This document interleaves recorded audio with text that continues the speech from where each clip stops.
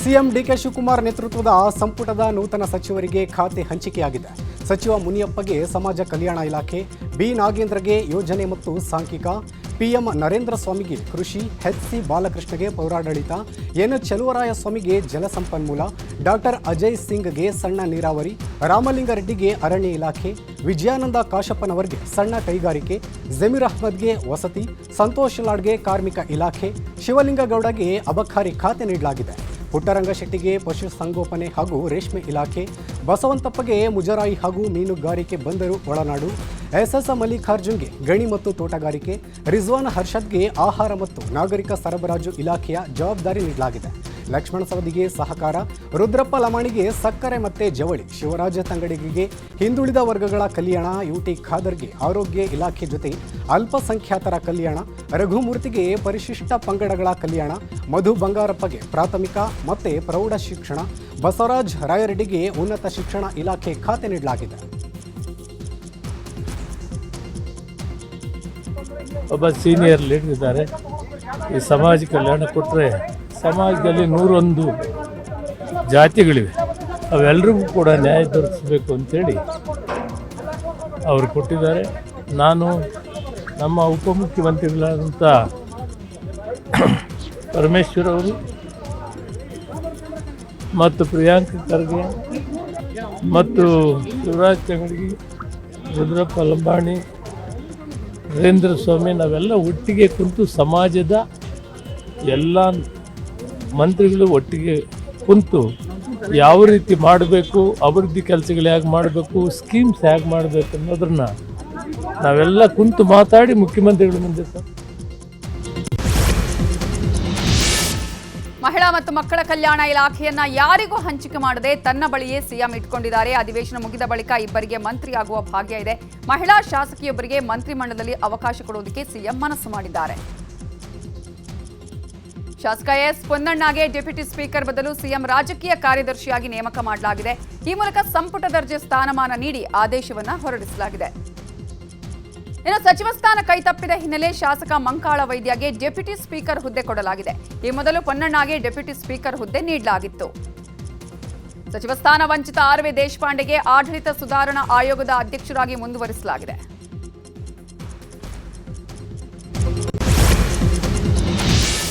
ನೂತನ ಸಚಿವರಿಗೆ ಖಾತೆ ಹಂಚಿಕೆಗೂ ಮುನ್ನ ಸಚಿವರೊಂದಿಗೆ ಸಿಎಂ ಡಿಕೆ ಶಿವಕುಮಾರ್ ಸಭೆ ನಡೆಸಿದ್ದಾರೆ. ಗೃಹ ಕಚೇರಿ ಕೃಷ್ಣಾದಲ್ಲಿ ಸಚಿವರ ಜೊತೆ ಸಭೆ ನಡೆಸಿದ್ರು. ಅಧಿವೇಶನ ಹಾಗೂ ಇಲಾಖೆಗಳ ಜವಾಬ್ದಾರಿ ಕುರಿತು ಸಚಿವರ ಜೊತೆ ಸಿಎಂ ಸಮಾಲೋಚನೆ ನಡೆಸಿದ್ದಾರೆ.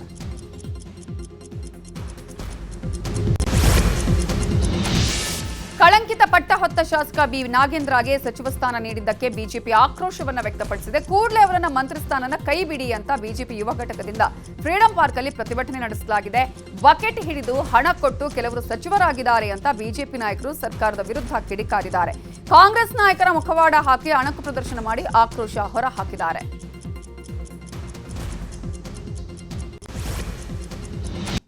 ಇದೀಗ ರಾಜ್ಯದ ಸುದ್ದಿಗಳನ್ನು ನೋಡ್ತಾ ಹೋಗೋಣ. ಕಾವೇರಿ ವಿಚಾರವಾಗಿ ನಾಳೆ ಕರ್ನಾಟಕ ಬಂದ್ಗೆ ಕನ್ನಡ ಪರ ಹೋರಾಟಗಾರ ವಾಟಾಳ ನಾಗರಾಜ್ ಕರೆ ಕೊಟ್ಟಿದ್ದಾರೆ. ಆದರೆ ಕರ್ನಾಟಕ ಬಂದ್ಗೆ ಮಿಶ್ರ ಪ್ರತಿಕ್ರಿಯೆ ವ್ಯಕ್ತವಾಗಿದೆ. ಬಂದ್ಗೆ ಕೇವಲ ಕೆಲವು ಸಂಘಟನೆಗಳು ಮಾತ್ರ ಬೆಂಬಲ ಕೊಟ್ಟಿವೆ. ವಾಟಾಳ ನೇತೃತ್ವದ ಕನ್ನಡ ಸಂಘಟನೆ, ಕನ್ನಡ ಸೇನೆ ಹಾಗೂ ಕನ್ನಡ ಜಾಗೃತಿ ವೇದಿಕೆ ಮಾತ್ರ ಕರ್ನಾಟಕ ಬಂದ್ಗೆ ಕರೆ ಕೊಟ್ಟಿವೆ. ಇನ್ನು ನಾಳೆ ಕರ್ನಾಟಕ ಬಂದ್ ಮಾಡೇ ಮಾಡ್ತೇವೆ ಎಂದು ವಾಟಾಳ ನಾಗರಾಜ್ ಹೇಳಿದ್ದಾರೆ. ಇದೇ ವೇಳೆ ಬಂದ್ ಅಪಪ್ರಚಾರಕ್ಕೆ ಕಿವಿ ಕೊಡದಂತೆ ಮನವಿ ಮಾಡಿದ್ದಾರೆ.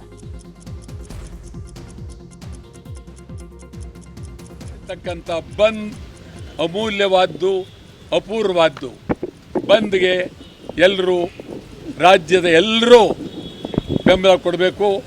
ಬಸ್ ಮಾಲೀಕರು, ಖಾಸಗಿ ಬಸ್ ಮಾಲೀಕರುಗಳು ಎಲ್ಲರನ್ನೂ ಕಳಕಳಿಯಿಂದ ಮನವಿ ಮಾಡ್ತೀನಿ, ದಯಮಾಡಿ ಬೆಂಬಲ ಕೊಡಬೇಕು. ನಾಳೆ ನಡೀತಕ್ಕಂಥ ಬಂದ್ ಅಮೂಲ್ಯವಾದ್ದು, ಅಪೂರ್ವವಾದ್ದು. ನಾಳೆ ಕರ್ನಾಟಕ ಬಂದ್ಗೆ ಹಲವು ಸಂಘಟನೆಗಳು ಬೆಂಬಲ ಕೊಟ್ಟಿಲ್ಲ. ಕರ್ನಾಟಕ ಬಂದ್ಗೆ ಕೇವಲ ನೈತಿಕ ಬೆಂಬಲ ಕೊಟ್ಟಿದ್ದು, ಬಂದ್ಗೆ ನಮ್ಮ ಬೆಂಬಲ ಇಲ್ಲ ಅಂತ ಸಂಘಟನೆಗಳು ಹೇಳಿವೆ. ರಾಜ್ಕುಮಾರ್ ಅಭಿಮಾನಿ ಸಂಘ, ಕರವೇ ಶಿವರಾಮೇಗೌಡ ಬಣ, ಕರವೇ ನಾರಾಯಣಗೌಡ ಬಣ, ಕರವೇ ಪ್ರವೀಣ್ ಶೆಟ್ಟಿ ಬಣ, ರಾಜ್ಯ ರೈತ ಸಂಘಟನೆಗಳ ಒಕ್ಕೂಟ, ಖಾಸಗಿ ಸಾರಿಗೆ ಒಕ್ಕೂಟ ಬಂದ್ಗೆ ಬೆಂಬಲ ಇಲ್ಲ ಅಂತ ಹೇಳಿದೆ. ಅದೇ ರೀತಿ ಹೋಟೆಲ್ ಅಸೋಸಿಯೇಷನ್ ಬಂದ್ಗೆ ನೈತಿಕ ಬೆಂಬಲ ಕೊಟ್ಟಿದೆ. ಬಹುತೇಕ ಆಟೋ ಸಂಘಟನೆಗಳು ಬಂದ್ಗೆ ಬೆಂಬಲ ಕೊಟ್ಟಿಲ್ಲ. ಕರ್ನಾಟಕ ರಾಜ್ಯ ಬೇಕರಿ ಕಾಂಡಿಮೆಂಟ್ಸ್ ಸಹ ಬೆಂಬಲ ಸೂಚಿಸಿಲ್ಲ.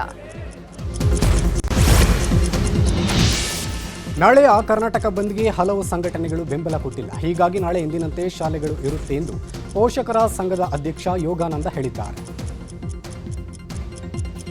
ಇನ್ನು ನಾಳೆಯ ಕರ್ನಾಟಕ ಬಂದ್ಗೆ ಖಾಸಗಿ ಸಾರಿಗೆ ಒಕ್ಕೂಟ ಕೂಡ ಬೆಂಬಲ ನೀಡಿಲ್ಲ. ಆದರೆ ನೈತಿಕವಾಗಿ ಪ್ರತಿಭಟನೆಗೆ ಬೆಂಬಲ ಸೂಚಿಸಿದೆ. ಈ ಬಗ್ಗೆ ಖಾಸಗಿ ಸಾರಿಗೆ ಒಕ್ಕೂಟದ ಅಧ್ಯಕ್ಷ ನಟರಾಜ್ ಶರ್ಮಾ ಮಾತನಾಡಿದ್ದಾರೆ. ನಾವು ನೈತಿಕವಾಗಿ ಖಂಡಿತ ಬೆಂಬಲ ಇದ್ದೀವಿ. ಹಿಂದಿನಿಂದಲೂ ನಾವು ಯಾವಾಗ ವಾಟಾಳ್ ನಾಗರಾಜ್ ಅವರು ಕರೆ ಕೊಟ್ಟಿದ್ದಾರೆ ಆ ಸಮಯದಲ್ಲಿ ನಾವು ಎಸ್ಪೆಷಲಿ ನಮ್ಮ ಖಾಸಗಿ ವರ್ಗ ಏನಿದೆ, ಖಾಸಗಿ ಸಾರಿಗೆ ಸಂಘಟನೆಗಳು, ಕನ್ನಡದ ಅಸ್ಮಿತೆ ವಿಷಯ ಬಂದಾಗ, ಈ ನಾಡಿನ ನುಡಿ ಮತ್ತು ಜಲದ ವಿಷಯ ಬಂದಾಗ ನಾವೆಲ್ಲರೂ ನಮ್ಮ ಆಟೋ ಚಾಲಕರಾಗಿರ್ಬೋದು, ಟ್ಯಾಕ್ಸಿ ಚಾಲಕರಾಗಿರ್ಬೋದು, ಬಸ್ ಚಾಲಕರಾಗಿರ್ಬೋದು, ಮಾಲೀಕರುಗಳಾಗಿರ್ಬೋದು ಒಮ್ಮತದ ನಿರ್ಧಾರವನ್ನು ಕೈಗೊಂಡು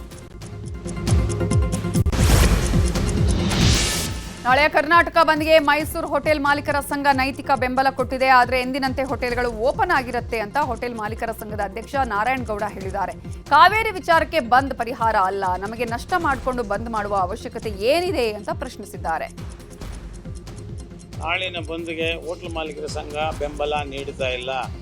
ಕಾರಣ ಅಷ್ಟೇ, ಬಂದ್ನಿಂದ ಪರಿಹಾರ ಆಗಲ್ಲ, ಪರಿಹಾರ ಇತ್ಯರ್ಥ ಆಗೋದಿಲ್ಲ.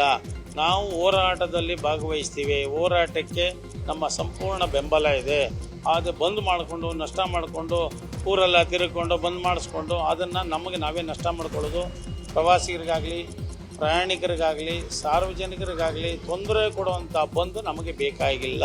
ಜೊತೆಯಲ್ಲಿ ಭಾಗವಹಿಸ್ತೀವಿ, ಅವ್ರು ಎಲ್ಲಿ ಕರೆದ್ರೆ ಬರ್ತೀವಿ. ಎಲ್ಲಿ ಟೌನ್ ಹಾಲ್ ಹತ್ರ ಕರೀತಾರ ಅಥವಾ ಜಿಲ್ಲಾಧಿಕಾರಿಗಳ ಕಚೇರಿ ಹತ್ರ ಕರೀತಾರ, ತಾಲೂಕು ಆಫೀಸರ್ ಕರೀತಾರೆ, ನಾವು ಭಾಗವಹಿಸ್ತೀವಿ. ಬಂದ್ ಮಾಡಿಕೊಂಡು ನಷ್ಟ ತಮಿಳುನಾಡಿಗೆ ಕಾವೇರಿ ನೀರು ಹರಿಸುವ ಆದೇಶದ ವಿರುದ್ಧ ನಾಳೆ ಕರ್ನಾಟಕ ಬಂದ್ಗೆ ಕರೆ ನೀಡಲಾಗಿದೆ. ಬೆಂಗಳೂರು ದಕ್ಷಿಣ ಜಿಲ್ಲೆಯಲ್ಲೂ ರಾಜ್ಯ ರೈತ ಸಂಘ ಬಂದ್ಗೆ ಬೆಂಬಲ ಕೊಟ್ಟಿದೆ.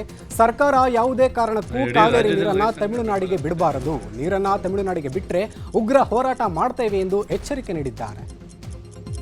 ಇನ್ನು ಕರ್ನಾಟಕ ಬಂದ್ಗೆ ಕರುನಾಡ ಸೇನೆ ಬೆಂಬಲ ಕೊಟ್ಟಿದೆ. ಈ ಬಗ್ಗೆ ಕರುನಾಡ ಸೇನೆಯ ಉಪಾಧ್ಯಕ್ಷ ರಾಮನಗರದಲ್ಲಿ ಮಾತನಾಡಿ, ರಾಮನಗರದಲ್ಲಿ ಹೋರಾಟ ಮಾಡ್ತೇವೆ, ನಂತರ ಬೆಂಗಳೂರಿನಲ್ಲೂ ಹೋರಾಟ ಮಾಡ್ತೇವೆ ಅಂತ ಹೇಳಿದ್ದಾರೆ.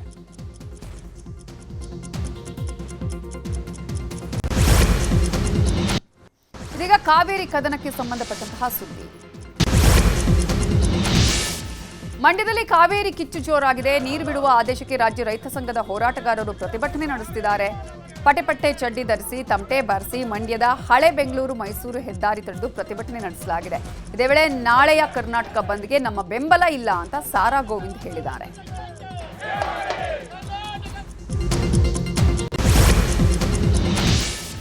ಕರ್ನಾಟಕದಿಂದ ತಮಿಳುನಾಡಿಗೆ ನಿತ್ಯ 12,000 ಕ್ಯೂಸೆಕ್ ನೀರು ಬಿಡಲು ಸಿಡಬ್ಲ್ಯೂಎಂಎ ಆದೇಶ ಮಾಡಿದೆ. ಸಿಡಬ್ಲ್ಯೂಎಂಎ ವಿರುದ್ಧ ಮಂಡ್ಯದಲ್ಲಿ ಮತ್ತೆ ಹೋರಾಟ ಜೋರಾಗಿದೆ. ಮಂಡ್ಯದ ಸಂಜೆ ವೃತ್ತದಲ್ಲಿ ಕಾವೇರಿ ಹಿತರಕ್ಷಣಾ ಸಮಿತಿ ಹೆದ್ದಾರಿಯಲ್ಲಿ ಕುಳಿತು ಪ್ರತಿಭಟನೆ ಮಾಡಿದೆ. ಈ ಪರಿಸ್ಥಿತಿಯನ್ನು ನಮ್ಮ ಸರ್ಕಾರ ಅವರಿಗೆ ವಿವರಣೆ ಮಾಡುವಲ್ಲಿ, ವಾದ ಮಾಡುವಲ್ಲಿ ವಿಫಲವಾಗಿದೆ. ಈಗಲಾದರೂ ಮುಖ್ಯಮಂತ್ರಿಗಳು ನೀರಾವರಿ ಮತ್ತು ಕೃಷಿ ಇಲಾಖೆ ಅಧಿಕಾರಿಗಳ ತಂಡವನ್ನು ರಚನೆ ಮಾಡಿ ವಾಸ್ತವಿಕ ವರದಿಯನ್ನು ತೆಗೆದುಕೊಂಡು ಸುಪ್ರೀಂ ಕೋರ್ಟ್ನ ಮುಂದೆ ಇಟ್ಟು ನಮಗೆ ನ್ಯಾಯ ಕೊಡಿಸ್ಕೊಡ್ಬೇಕು. ಯಾವ ಕಾರಣಕ್ಕೂ ತಮಿಳುನಾಡಿಗೆ ನೀರನ್ನು ಬಿಡುಗಡೆ ಮಾಡಬಾರ್ದು ಅಂತೇಳಿ ಆಗ್ರಹಿಸ್ತಾ ಮಂಡ್ಯದ ಮದ್ದೂರಿನಲ್ಲೂ ಕಾವೇರಿ ಹೋರಾಟ ಜೋರಾಗಿದೆ. ಮದ್ದೂರಿನ ಕೊಪ್ಪ ವೃತ್ತದಲ್ಲಿ ಮೈಸೂರು ಬೆಂಗಳೂರು ಹೆದ್ದಾರಿ ತಡೆದು ರೈತರು ಪ್ರತಿಭಟನೆ ಮಾಡಿದ್ದಾರೆ. ರೈತ ಸಂಘದ ಹೋರಾಟಕ್ಕೆ ಕನ್ನಡ ಪರ ಸಂಘಟನೆಗಳು ಬೆಂಬಲ ನೀಡಿವೆ.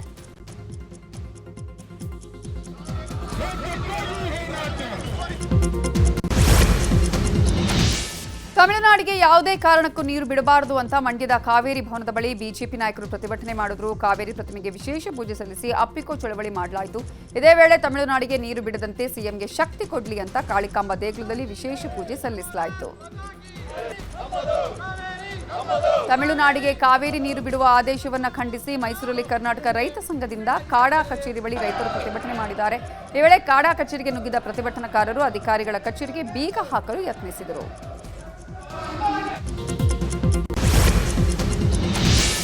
ತಮಿಳುನಾಡಿಗೆ ಕಾವೇರಿ ನೀರು ಬಿಡುವಂತೆ ಆದೇಶ ಹಿನ್ನೆಲೆ ಸಿಎಂ ಜೊತೆ ಜಲಸಂಪನ್ಮೂಲ ಸಚಿವ ರಾಮಲಿಂಗಾರೆಡ್ಡಿ ಸಭೆ ನಡೆಸಿದರು. ಸಭೆ ಬಳಿಕ ಮಾತನಾಡಿದ ಸಚಿವ ರಾಮಲಿಂಗಾರೆಡ್ಡಿ, ತಮಿಳುನಾಡಿಗೆ ನೀರು ಬಿಡುವಂತೆ CWRC ಹಾಗೂ CWMA ಆದೇಶ ನೀಡಿದೆ. ಆದರೆ ಸುಪ್ರೀಂ ಏನು ತೀರ್ಪು ನೀಡುತ್ತೆ ಅದರ ಆಧಾರದ ಮೇಲೆ ಮುಂದಿನ ನಿರ್ಧಾರ ತೆಗೆದುಕೊಳ್ಳುತ್ತೇವೆ ಅಂತ ಹೇಳಿದ್ದಾರೆ.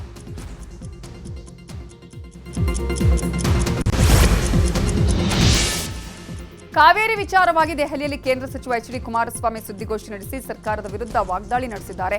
CWMA ಕೊಟ್ಟ ಆದೇಶ ಕರ್ನಾಟಕಕ್ಕೆ ಭಾರಿ ಹೊಡೆತ ಅಂತ ಹೇಳಿದ್ದಾರೆ. ಸರ್ಕಾರ ಈಗ ಕಾನೂನು ಹೋರಾಟ ಅಂತ ಹೇಳ್ತಿದೆ, ಆದರೆ ಕಾವೇರಿ ನೀರಾವರಿ ಸಮಿತಿ ಮುಂದೆ ಸರ್ಕಾರ ಸರಿಯಾಗಿ ವಾದ ಮಾಡಿಲ್ಲ ಅಂತ ಕಿಡಿಕಾರಿದ್ರು. ಮೊದಲು ರೈತರಿಗೆ ನೀರು ಕೊಡುವ ಬಗ್ಗೆ ಯೋಜನೆ ರೂಪಿಸಲಿ, ಮಳೆ ಬಂದಿದೆ ಅಂತ ಈಗ ನೀರು ಬಿಟ್ಟರೆ ಭವಿಷ್ಯದ ದಿನಗಳ ಬಗ್ಗೆ ಸರ್ಕಾರ ಯೋಚಿಸಬೇಕಾಗಿದೆ ಅಂತ ಹೇಳಿದ್ರು. ಇದೀಗ ರಾಜ್ಯದ ಸುದ್ದಿಗಳು. ಪರಪ್ಪನ ಅಗ್ರಹಾರ ಕೇಂದ್ರ ಕಾರಾಗೃಹದಲ್ಲಿ ಸಿಸಿಬಿ ಅಧಿಕಾರಿಗಳು ದಿಢೀರ್ ದಾಳಿ ಮಾಡಿ ಶೋಧ ಕಾರ್ಯ ನಡೆಸಿದ್ದಾರೆ. ಈ ವೇಳೆ ಪ್ರಜ್ವಲ ರೇವಣ್ಣ ಬ್ಯಾರಕ್ನಲ್ಲಿ ಮೊಬೈಲ್, ಚಾರ್ಜರ್ ಹಾಗೂ ನೋಟ್ಬುಕ್ ಸೇರಿ ಕೆಲ ವಸ್ತುಗಳು ಪತ್ತೆಯಾಗಿವೆ. ಸದ್ಯ ಪ್ರಜ್ವಲ ರೇವಣ್ಣ ವಿರುದ್ಧ ಎಫ್ಐಆರ್ ದಾಖಲು ಮಾಡಲಾಗಿದೆ. ಇನ್ನು ಕರ್ತವ್ಯ ಲೋಪ ಹಿನ್ನೆಲೆ ಜೈಲಿನ ಅಸಿಸ್ಟೆಂಟ್ ಸೂಪರಿಂಟೆಂಡೆಂಟ್ ಸಸ್ಪೆಂಡ್ ಮಾಡಲಾಗಿದೆ. ಇನ್ನು ಜೈಲಿನಲ್ಲಿ ಪ್ರಜ್ವಲ ರೇವಣ್ಣ ಬಿಳಿ ಬಟ್ಟೆ ಕೂಡ ಧರಿಸಿಲ್ಲ. ಜೈಲಿನಲ್ಲಿ ಆಂಧ್ರ ಮೂಲದ ಸಿಮ್ ಬಳಸಿರುವುದು ಗೊತ್ತಾಗಿದೆ. ಈ ಬಗ್ಗೆ ತನಿಖೆ ನಡೆಸಲಾಗ್ತಾ ಇದೆ ಅಂತ ಕಾರಾಗೃಹ ಮತ್ತು ಸುಧಾರಣೆ DGP ಅಲೋಕ್ ಕುಮಾರ್ ಹೇಳಿದ್ದಾರೆ.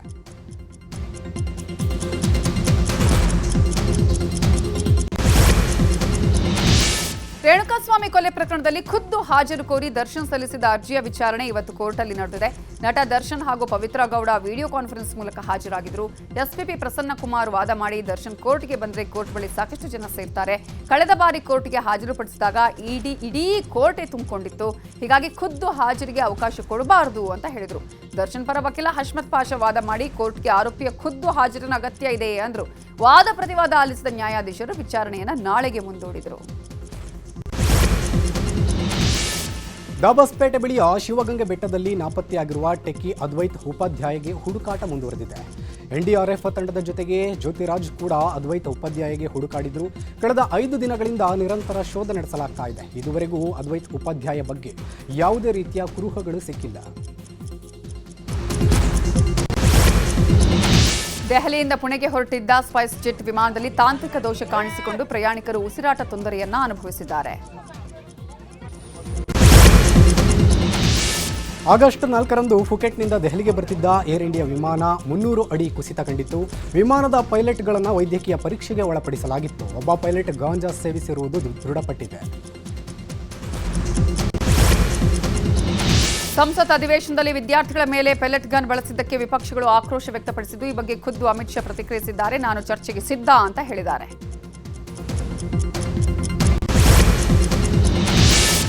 ಅಧಿಕೃತ ನಿವಾಸದಲ್ಲಿ ಅಕ್ರಮ ಹಣ ಪತ್ತೆಯಾದ ಆರೋಪ ಎದುರಿಸುತ್ತಿರುವ ನ್ಯಾಯಮೂರ್ತಿ ಯಶವಂತ್ ವರ್ಮಾ ಅವರ ಮೇಲಿನ ತನಿಖಾ ಸಮಿತಿ ವರದಿಯನ್ನು ಸಂಸತ್ತಿನ ಉಭಯ ಸದನಗಳಲ್ಲಿ ಮಂಡಿಸಲಾಗಿದೆ.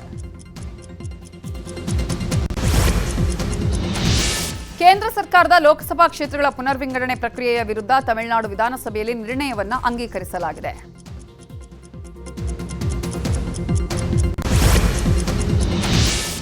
ದೇಶದ 14ನೇ ರಾಷ್ಟ್ರಪತಿಯಾಗಿ ಸೇವೆ ಸಲ್ಲಿಸಿದ ರಾಮನಾಥ್ ಕೋವಿಂದ್ರ ಜೀವನಾಧಾರಿತ ಆತ್ಮಕಥೆಯನ್ನು ಪ್ರಧಾನಮಂತ್ರಿ ಮೋದಿ ಅನಾವರಣ ಮಾಡಿದರು. ಪಾಕಿಸ್ತಾನದ ಮಾಜಿ ಪ್ರಧಾನಿ ಇಮ್ರಾನ್ ಖಾನ್ ಜೈಲಿನಲ್ಲಿಯೇ ಮೃತಪಟ್ಟಿದ್ದಾರೆ ಎಂಬ ವದಂತಿ ಹರಡಿದೆ. ಇಮ್ರಾನ್ ಖಾನ್ ಮೃತಪಟ್ಟಿರುವ ಬಗ್ಗೆ ಪಾಕಿಸ್ತಾನ ಪತ್ರಕರ್ತ ವಜಾಹತ್ ಖಾನ್ ಸಂದರ್ಶನವೊಂದರಲ್ಲಿ ಹೇಳಿದ್ದಾರೆ.